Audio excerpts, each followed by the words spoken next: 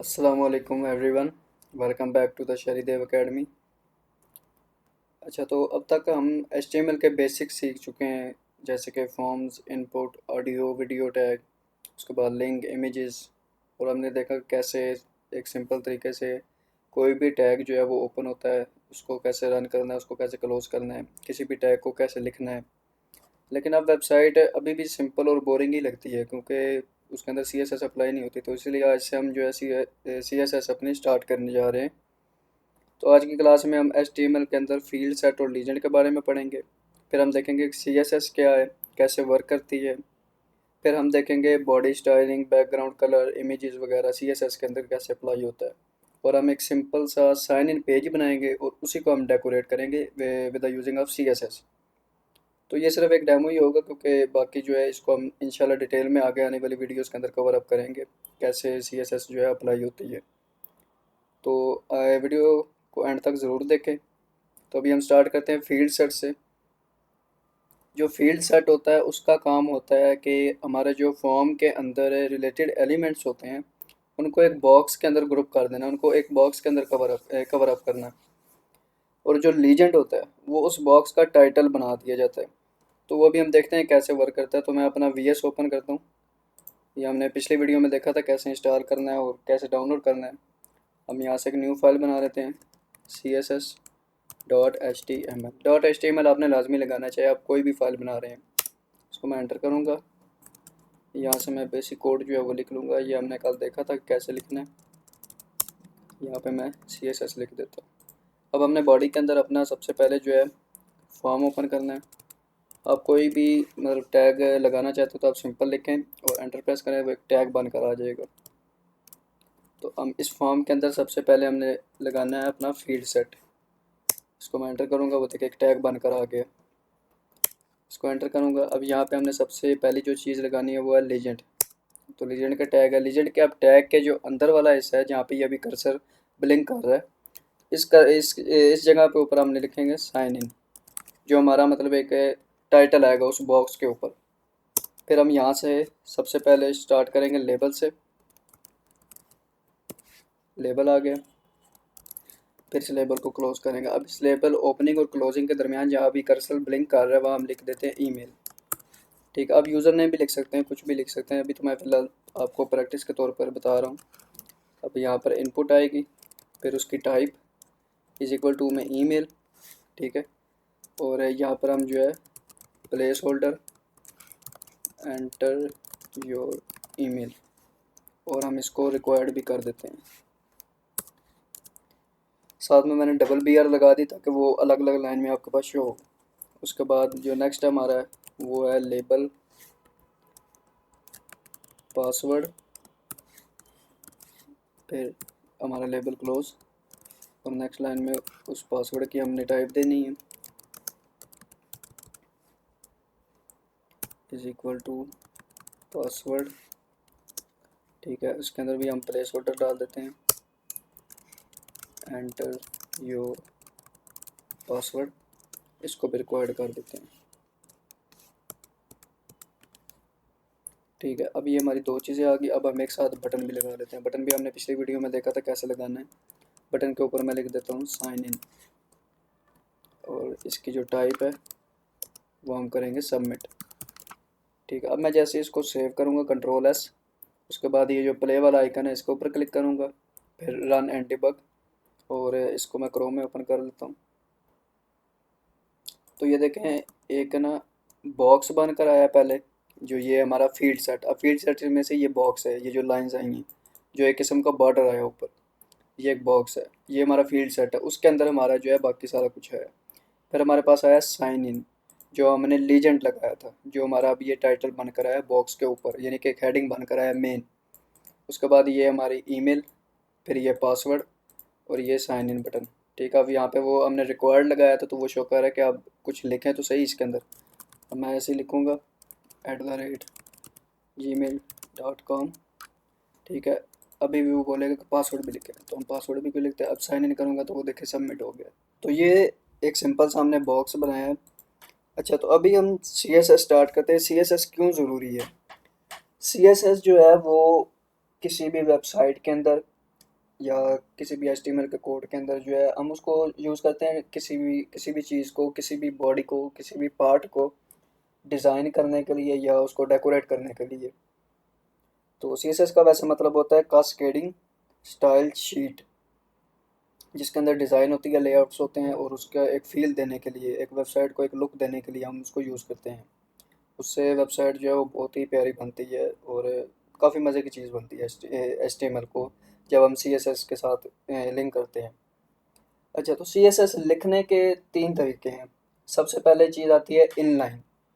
Inline जो है वो स्टाइल के साथ लिखी जाती है, ठीक है? उसके अंदर हम जैसे ये वीएस है, अब ये भी मिसाल है, अब ये मेरा लेबल है। अब मैं चाहता हूँ मैं इस लेबल यानी कि इस ईमेल वाला जो हमारा ये वाला जो टेक्स्ट लिखा हुआ है ईमेल का, इसके ऊपर मैं कुछ सीएसएस अप्लाई करना चाहता हूँ।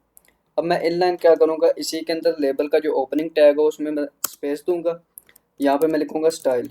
अब वो मेरे पास नीचे स्टाइल भी आ गया, इज इक्वल टू और डबल कोड। अगर आपके पास नहीं भी आता तो आप खुद लिखें इज इक्वल टू और डबल कोड। अब इसके अंदर मैं लिखता हूँ फंट, ठीक है, सॉरी फंट साइज, इसको मैं कर देता हूँ एक्स्ट्रा लार्ज। तो अब मैं इसको सेव करूँगा। अब ये देखें इसका फंट साइज ये है। अब मैं जैसे इसको रिफ्रेश करूँगा तो वो देखो बड़ा हो गया। तो ये होती है इनलाइन सीएसएस। जो हमारा जो टैग है, ओपनिंग टैग है, जिसके ऊपर भी हम अप्लाई करना चाहते हैं, उसके ओपनिंग टैग के अंदर हम अपनी पूरी सीएसएस लिख सकते हैं। तो वो एक ही लाइन के अंदर लिखी जाती है, लेकिन वो बहुत ज़्यादा लंबा काम हो जाता है और वो उसमें कई बार नहीं समझ आती कि हम क्या लिख रहे हैं। क्योंकि जब हम बहुत सारी कोडिंग करते हैं, बहुत ज़्यादा लाइनों का प्रोग्राम लिखते हैं, तब हमें नहीं पता चलता कि हम किसके ऊपर क्या सीएसएस अप्लाई कर रहे हैं। इसलिए फिर हमारे पास आती है जो दूसरी चीज़ है, वो होती है इंटरनल सीएसएस। इंटरनल सीएसएस लिखी जाती है बाय यूजिंग का स्टाइल टैग। अब वो टैग कहाँ यूज़ होता है, वो टैग यूज़ होता है हेड के दरमियान। ये हमारा हेड है, यहाँ पे स्टार्ट हो रहा है और यहाँ नीचे एंड हो रहा है, क्लोज हो रहा है। तो इसके दरमियान हमने एक स्टाइल टैग यूज़ करना होता है, वो हमने यूज़ करना होता है टाइटल के बाद। अब हमारा यहाँ टाइटल क्लोज हो रहा है, जहाँ पे ये कर्सर ब्लिंक कर रहा है मेरा। इससे नेक्स्ट लाइन के ऊपर मैं लिखूँगा स्टाइल, ठीक है। अब वो स्टाइल आ गया, ठीक है। इसके अंदर मैंने अपनी सारी सीएसएस अप्लाई करनी है, जो भी मैं लिखना चाहता हूँ सीएसएस में, जो भी मैंने डिज़ाइनिंग करनी है, जो डेकोरेशन करनी है, वो सारी इसके अंदर करनी है। तो उसके बाद आती है एक्सटर्नल सीएसएस। अब एक्सटर्नल सीएसएस मतलब, इसका मतलब ये है कि अलग फ़ाइल, यानी कि एचटीएमएल की हमारी ये जो फ़ाइल है ये अलग होगी। ये पूरा कोड एचटीएमएल का है, ये नीचे वाला सारा ये अलग होगा, और सीएसएस की फ़ाइल हमें ऐसे अलग से क्रिएट करनी है। जैसे मैं कर देता हूँ यहाँ पे C S S dot C S S, यानी उसकी एक्सटेंशन होती है डॉट सी एस एस। उसको मैं एंटर करूँगा तो ये सी एस एस की एक अलग फ़ाइल खुलेगी। तो यहाँ हमने अपनी सी एस एस लगानी है, इसको बोलते हैं एक्सटर्नल सी एस एस। तो इसको भी हम बंद कर देते हैं, क्योंकि एक्सटर्नल सी एस एस का इतना ज़्यादा काम तभी होता है जब आप कोई एक प्रॉपर बड़ा प्रोजेक्ट कर रहे हैं, जिसके अंदर आपके पास बहुत ज़्यादा डाटा है, बहुत ज़्यादा फाइल्स हैं, तो जिसके अंदर आपको कोडिंग भी बहुत ज़्यादा करनी है। तो फिर आप ये है कि external C S S use कर सकते हैं, ताकि आपको क्लियरली समझ आ सके कि आपने कौन सी चीज़ कहाँ पर यूज़ की है। अब सी एस एस लिखने के लिए जब हम तो अभी हम वही बेहतर है कि इंटरनल सी एस एस ही यूज़ करेंगे, तो वो सबसे बेस्ट है। इनलाइन में भी हमें प्रॉब्लम होती है कि हमने कौन सी चीज़ कहाँ लिखी है, हमें नहीं समझ आ सकती, क्योंकि बहुत ज़्यादा एक ही लाइन के अंदर हमें पूरा कोड फिर लिखना पड़ता है। Internal C S S best रहती है और वो ईजी भी है। तो अभी हम सबसे पहले इंटरनल सी एस एस के बारे में देखेंगे। अब इंटरनल सी एस एस के अंदर एक चीज़ आती है सिलेक्टर। सिलेक्टर क्या होता है? सिलेक्टर का मतलब होता है कि जिस चीज़ के ऊपर आप सी एस एस अप्लाई करना चाहते हैं, वो 4 तरह के होते हैं। एक होता है टैग।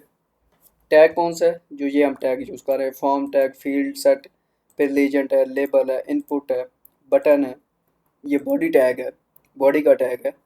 तो ये होता है टैग्स। फिर आती है आईडी, ठीक है, कोई हम स्पेशल जो है एक आईडी बनाते हैं, ठीक है। फिर एक आती है क्लास, ठीक है। उसके बाद आती है ग्रुपिंग। तो अभी हम सबसे पहले इस वीडियो में जो हम टैग की मदद से सी एस एस अप्लाई करेंगे। बाकी इंशाल्लाह नेक्स्ट वीडियोस के अंदर हम लोग देखेंगे कैसे बाकी जो सिलेक्टर्स है वो वर्क करते हैं, उनके ऊपर कैसे सी एस एस अप्लाई की जा सकती है। तो अभी सबसे पहले जो है हम लोग देखते हैं सिलेक्टर के अंदर पैडिंग क्या होती है। पैडिंग का मतलब होता है स्पेस इनसाइड द ब्लॉक, यानी कि ये जो हमारा ब्लॉक है, ये एक फील्ड सेट है, ठीक है। ये पूरा एक बॉक्स बना, इसके अंदर जो ये जो ब्लॉक बनाना है, इसके अंदर हम स्पेस और ऐड कर सकते हैं।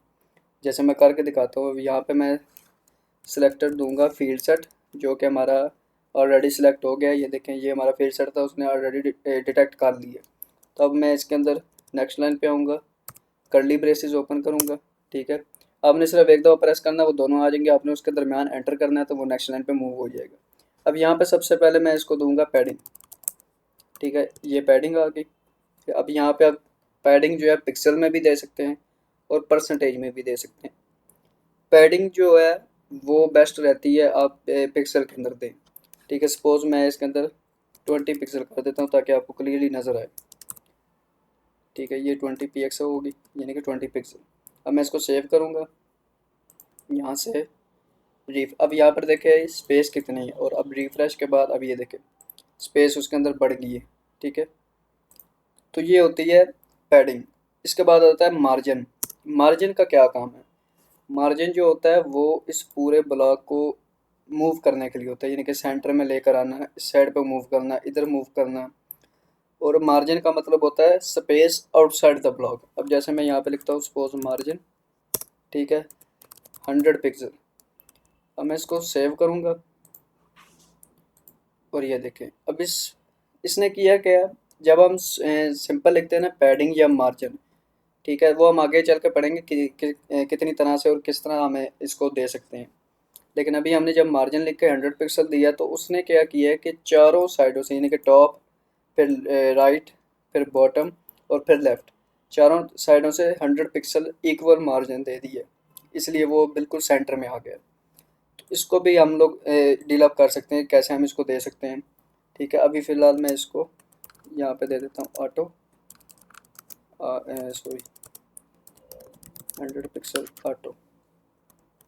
मैं इसको सेव करूँगा तो ये देखिए उसने बिल्कुल उसको सेंटर में कर दिया। ये मेरी वैसे स्क्रीन की हाइट है तो उसके हिसाब से ये इतना बनता है, लेकिन मैं इसको थोड़ा बड़ा कर देता हूँ। अब ये देखें जो है बिल्कुल सेंटर में आ गया, ऊपर से और नीचे से। और जो लेफ़्ट और राइट है वो हमने ऑटो दी है। ऑटो का क्या मतलब होता है, अगर हम चाहते हैं कि हमारा जो कंटेंट है वो सेंटर में आए तो लेफ़्ट और राइट को हमने ऑटो करना होता है, और जो टॉप और बॉटम होता है उसके अंदर हम कोई पिक्सल दे सकते हैं। जैसे मैंने 100 पिक्सल दी है, ये 100 पिक्सल टॉप है, फिर राइट है, फिर लेफ़्ट है, और फिर लास्ट पे सॉरी फिर बॉटम है, और फिर लास्ट पे लेफ़्ट है। ये एक वॉच की तरह काम करता है कि पहले जो हमारी जो सुई होती है जो घड़ी के अंदर, वो टॉप पे जाती है। ठीक है, फिर राइट साइड पे आती है, फिर बॉटम जाती है, और फिर जाके वो लेफ़्ट पे जाती है। तो इस हिसाब से हमारा जो है मार्जिन दिया जाता है। अब मार्जिन भी हम पिक्सल और परसेंटेज में भी दे सकते हैं। ठीक है, परसेंटेज का मतलब होता है कि जो हमारा जो ये स्क्रीन है, ये पूरी स्क्रीन यहाँ से शुरू हो रही है, ये पूरी एक स्क्रीन, इसका परसेंटेज, यानी कि हमने 70% दिया तो इस स्क्रीन का 70% हिस्से के अंदर हमारा अप्लाई होगा, जो बाकी होगा वो खाली रहेगा। फिर हम उसको स्क्रीन को जैसे ही छोटा बड़ा करेंगे तो उस हिसाब से मार्जिन जो है वो हमारा लगता जाएगा। अब जो पिक्सल होती है वो स्क्रीन के हिसाब से नहीं होती, वो हमारी होती है कंटेंट के हिसाब से। अब जैसे ये मेरा कंटेंट बड़ा होगा तो ये पूरा मतलब नज़र आ रहा है। अब मैं जैसे स्क्रीन को छोटा करूँगा तो वो देखे वहाँ से मतलब आगे मूव हो रहा है, तो ये साथ ही हमारे पास ये भी आ गया जो स्क्रॉल बार है। ये भी हम आगे देखेंगे कि इसको भी कैसे हैंडल करना है, इसको भी कैसे हमने यूज़ करना होता है आगे। फिर एक चीज़ आती है कमेंट। अब कमेंट होता है कि किसी भी चीज़ को हम चाहते हैं कि वो मतलब हमारे पास यहाँ लिखी हुई तो आए, लेकिन वो यहाँ पर रन ना हो। अब जैसे हम ये है, अब एक दफ़ा देख लें। अब मैं चाहता हूँ कि मैं इस लाइन को कमेंट कर देता हूँ, यानी कि इस लाइन को मैं चाहता हूँ कि ये रन ना हो। कंट्रोल और स्लैश जो है इसको मैं प्रेस करूँगा, अब ये लाइन जो है वो कमेंट हो गई है। ठीक है, अब मैं जैसे इसको सेव करके रन करूँगा तो ये वापस अपनी ओरिजिनल जगह पे आ जाएगा जहाँ पर पहले था। क्यों? हमने उसको कमेंट कर दिया, हमने उसको बता दिया कि इस लाइन को आपने रन नहीं करना, इसको आप अभी एज इट इज़ ऐसे ही छोड़ दो। ठीक है, तो ये होता है कमेंट करना। ये ज़्यादातर यूज़ होता है जब आप कोई बहुत ज़्यादा लंबा प्रोग्राम लिख रहे हैं तो उसके अंदर आपको याद रहे कि आपने कौन सी चीज़ कहाँ पर लिखी है, कोई हेडिंग आपने लिखी है तो आपको याद रहे। यहाँ पे सपोज मैं कर देता हूँ साइन इन पेज। अब ठीक है, अब मैंने इसको यहाँ पर लिख तो दिया है, अब मैं इसको सेव करूँगा। ठीक है, इसको मैं रन करूँगा तो ये देखिए यहाँ पर लिख कर आएगा, लेकिन मैं चाहता हूँ यहाँ लिख कर ना आए। ठीक है, लेकिन बस मैं अपने याद आने के लिए ये यहाँ पर लिख सकता हूँ कि हाँ ये मेरे साइन इन पेज का जो है वो सारा कोडिंग लिखी हुई है। तो मैं क्या करूँगा, इस पूरी लाइन को ऐसे कमेंट कर दूँगा। अब ये कमेंट हो गया। ठीक है, सेव करूँगा, रिफ्रेश, तो अब ये यहाँ से गायब होगा। अब बस मेरे पास मुझे यहाँ कोडिंग के अंदर मतलब नज़र आएगा कि हाँ ये मैंने साइन इन का एक पेज बनाया हुआ है, ये उसकी कोडिंग है, ताकि मुझे याद रहे और बार बार मुझे जो इसको ढूंढना ना पड़े। तो फिर हम इसके अंदर जो है और भी चीज़ें दे सकते हैं, जैसे बैकग्राउंड हो गया, बैकग्राउंड कलर हो गया, इमेजेस होगी, तो वो हम देते हैं। जैसे हम ये एक मिसाल है, बॉडी को सिलेक्ट करते हैं, बॉडी भी हमारा एज ए सिलेक्टर वर्क करता है। इसके अंदर कर्ली ब्रेसेस, ठीक है, और इसको मैं एंटर करूँगा। यहाँ पे हम एक मिसाल है, मैं देता हूँ बैकग्राउंड कलर, ठीक है, बैकग्राउंड कलर मैं ब्लू वायलेट कर देता हूँ। इसको मैं सेव करूँगा।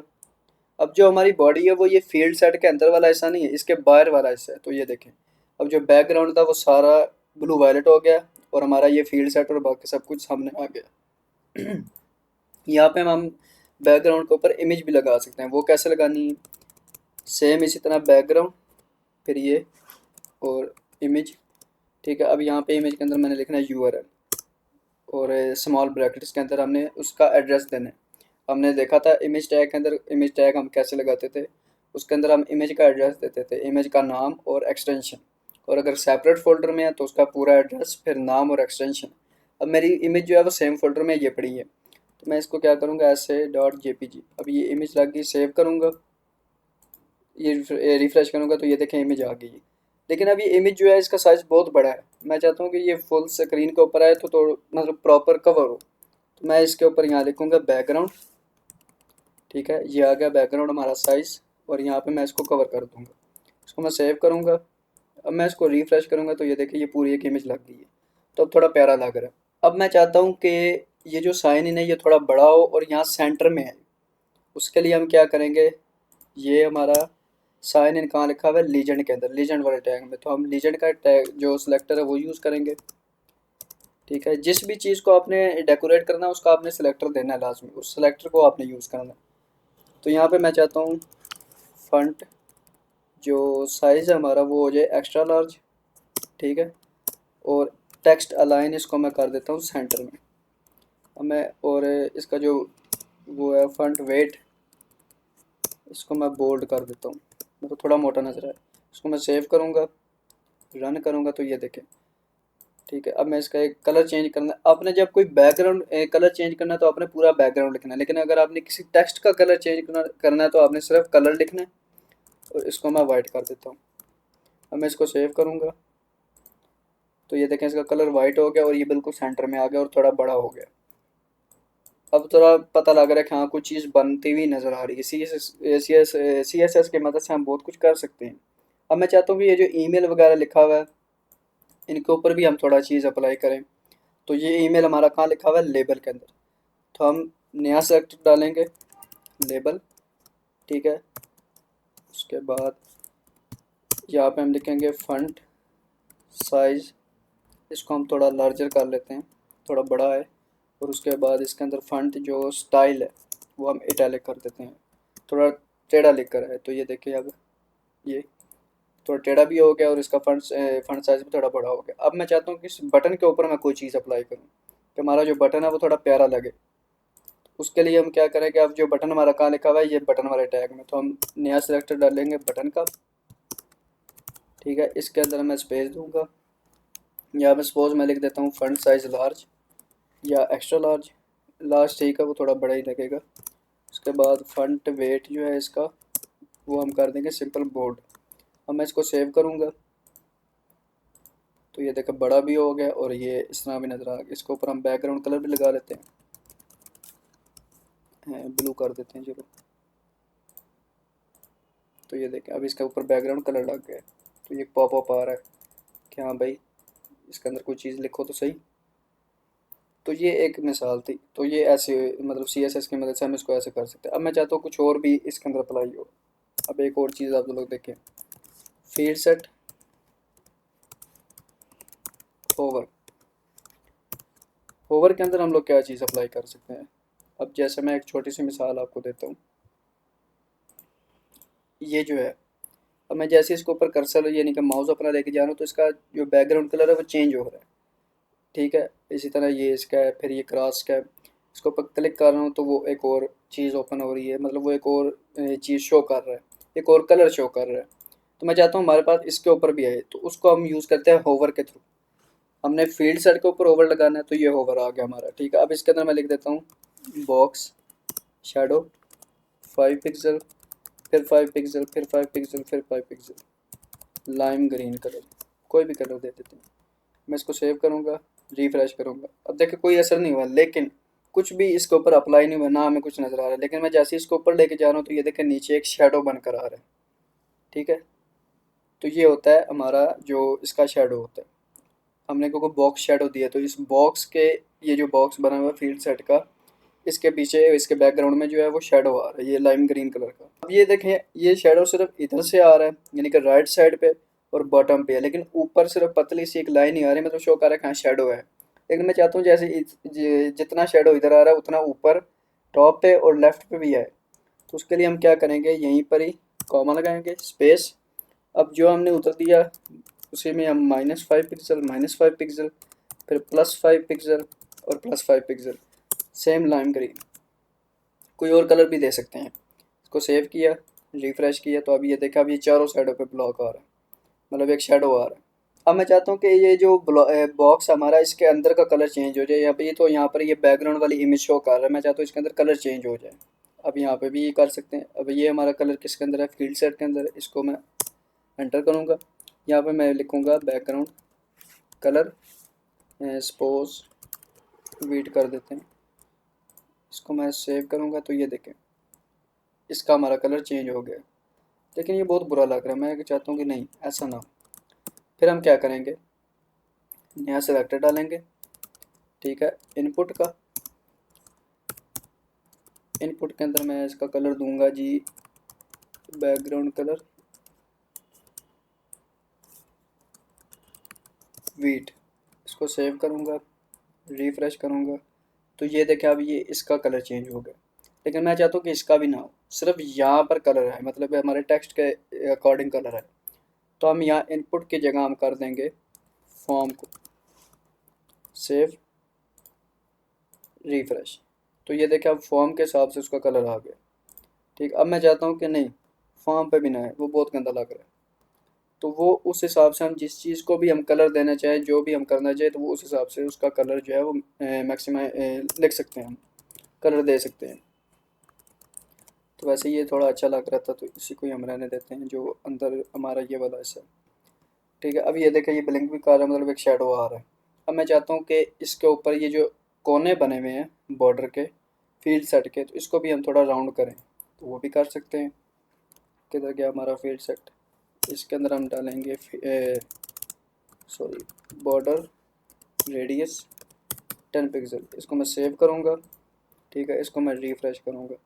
अब ये देखें ये जो है यहाँ से गोल हो गया, यहाँ से भी गोल हो गया, यहाँ से भी और यहाँ से भी, चारों साइडों से वो प्रॉपर 10 पिक्सल के हिसाब से गोल हो गया है। तो अब थोड़ा अच्छा लग रहा है। अब मैं चाहता हूँ कि ये जो साइन अप है इसके ऊपर भी थोड़ा अच्छी चीज़ है, तो इसको भी हम देख सकते हैं। ये हमारा लीजेंड वाला था, इसके अंदर हम जाते हैं, लेकिन हम लीजेंड में नहीं, लीजेंड का हम होवर यूज़ करते हैं। लीजेंड होवर वो आ रहा है, तो इसको ही हम सपोज यूज़ कर लेते हैं येलो कलर का। इसको मैं सेव करूँगा। अब ये देखें तो उसका कलर चेंज हो रहा है टेक्स्ट का। अब सिंपल कलर रखेंगे तो टेक्स्ट का कलर चेंज हो जाएगा। अब मैं चाहता हूँ कि बटन के ऊपर भी कुछ अप्लाई हो, तो हम यहाँ पे लिखेंगे बटन होवर। इसको भी हम कर देते हैं सेव। इसके अंदर क्या हुआ, बैकग्राउंड कलर ग्रीन होगा और कलर वाइट हो जाएगा, टेक्स्ट का कलर वाइट। तो ये कैसे होगा, इसको मैं रिफ्रेश करूँगा। अब देखो कोई असर नहीं है, लेकिन मैं जैसे इसके ऊपर कर्सर लेके जाऊँगा इसका बैकग्राउंड कलर ग्रीन हो गया और टेक्स्ट हमारा वाइट हो गया। अब यही चीज़ हम इस ईमेल और पासवर्ड के ऊपर भी लगा सकते हैं। वापस आएंगे, सॉरी, तो नीचे आएंगे। अब ये ईमेल और पासवर्ड हमारी कहाँ लिखी हुई है, लेबल में, तो हम लेबल, ठीक है, होवर। अब ये कलर रेड सजेस्ट कर रहा है, तो मैं इसी को सेव करूँगा, रिफ्रेश। तो अब देखें ये इसका कलर चेंज हो, जैसे ही मैं इसके ऊपर कर्सर लेके जा रहा हूँ तो इसका कलर चेंज हो रहा है। अब वही चीज़ जो हमने पहले बनाई थी स्टार्टिंग में विदाउट इस स्टाइल टैग के, यानी कि एक मिसाल है, मैं इसको इस पूरे टैग को जो है कमेंट कर देता हूँ। ठीक है, अब ये रन नहीं करेगा। अब मैं इसको जैसे ही रिफ्रेश करूँगा तो ये देखिए बिल्कुल सिंपल सा था, इसके अंदर कोई हमें चीज़ पता ही नहीं लग रही कि हाँ ये कोई चीज़ है भी या नहीं। लेकिन मैं जैसे ही इसको कमेंट से हटाऊँगा, इसको सेव करके रिफ़्रेश करूँगा, यानी कि CSS अप्लाई की, तो ये देखें क्या मज़े की एक चीज़ बनी। तो ये होती है CSS। इसकी मदद से हम ये इस तरह की चीज़ें बना सकते हैं, मतलब एक साइन इन पेज, ये पूरी वेबसाइट भी CSS की मदद से ही बनती है। तो आज की वीडियो में हमने फील्ड सेट लगाया, ठीक है, ये जो फील्ड सेट है, लीजेंड लगाया, CSS देखा क्या होता है, कलर लगाया, बैकग्राउंड इमेज लगाई, ठीक है, उसके बाद पैडिंग डाली, मार्जिन डाला, सिंपल है कि ये पेज तैयार किया हमने साइन इन का, ठीक है, साइन इन, सेंड और रिक्वायर्ड फील्ड्स वगैरह, इनपुट वगैरह। तो नेक्स्ट क्लास में हम देखेंगे CSS को डिटेल के अंदर, कलर्स हम देखेंगे, बॉर्डर देखेंगे, ठीक है, उसके बाद बैकग्राउंड की प्रॉपर्टीज़ देखेंगे, इनके अंदर कैसे प्रॉपर्टीज़ यूज़ होती हैं, क्या क्या चीज़ें हम यूज़ कर सकते हैं और इसके अंदर मस्ट अप्लाई हम लोग कर सकते हैं। तो नेक्स्ट वीडियो में फिर मिलेंगे, और अगर आपको वीडियो पसंद आई हो तो आप वीडियो को लाइक कर दें, चैनल को सब्सक्राइब करें। तो फिर मिलते हैं नेक्स्ट क्लास में। अल्लाह हाफिज़।